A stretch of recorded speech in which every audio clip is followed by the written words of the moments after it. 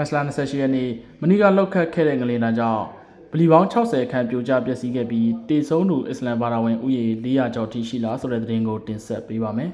။မက်စလာ28ရက်နေ့မနီကနေ့လယ်မှာရစ်ချက်စတာစကီ9.9အဆင့်ရှိတဲ့ပြင်းထန်တဲ့ငလင်လောက်ခတ်ခဲ့တာကြောင့်မန္တလေးတိုင်းကဗလီအများစုအပါအဝင်မြန်မာနိုင်ငံတဝန်းလုံးကဗလီများပြားပြိုကျပျက်စီးခဲ့ပါတယ်။ဒီနေ့မနက်9:00နာရီဝန်းကျင်မှာတော့မြန်မာနိုင်ငံတဝန်းကဗလီပေါင်း60ခန့်ပြိုကျပျက်စီးခဲ့ပြီးအစ္စလမ်ဘာသာဝင်ပေါင်း400ဦးထက်မနည်းတည်ဆုံးခဲ့တယ်လို့အလွတ်တန်းအမျိုးသမီးသတင်းတောက်တဦးရဲ့အတည်ပြုချက်အရသိရပါတယ်။ပျော်ဝယ်မြို့ကမြို့လယ်ဗလီတစ်ခုတည်းတင်ဝတ်ပြုနေတဲ့အစ္စလမ်ဘာသာဝင်90ကျော်တည်ဆုံးခဲ့တယ်လို့မျက်မြင်တွေ့ခဲ့သူတွေစီကသိရပါတယ်။ဒီအရေးအတွက်ဟာရေတက်နေစေအရေးတက်တာဖြစ်ပြီးအချိန်နဲ့မျှထပ်တိုးလာနိုင်နေတဲ့အကြောင်းလည်းသိရှိရပါတယ်။ငလျင်အပြင်းထန်ပြုလုပ်ခဲ့တဲ့နေ့ဟာအစ္စလမ်ဘာသာဝင်တွေရဲ့ဥပုသ်လနောက်ဆုံးအပတ်တောက်ကြနေ့ဖြစ်တဲ့ပြင်ငလျင်လောက်ချိန်နဲ့ဗလီတွေမှာဝတ်ပြုချိန်ဟာအချိန်ကိုက်ဖြစ်နေတဲ့အတွက်ကြောင့်ဗလီတွေပြိုကျပြီးအစ္စလမ်ဘာသာဝင်တွေအများပြားအသက်ဆုံးရှုံးခဲ့ရတာပါမြန်မာနိုင်ငံတဝန်းကဗလီတွေဟာ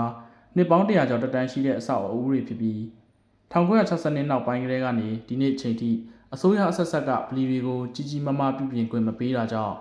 အခုချိန်မှာပြိုကျပျက်စီးမှုတွေများခဲ့ရတာဖြစ်တဲ့အကြောင်းမောင်တော် Daily News ကမှတ်ချက်ပြုထားပါတယ်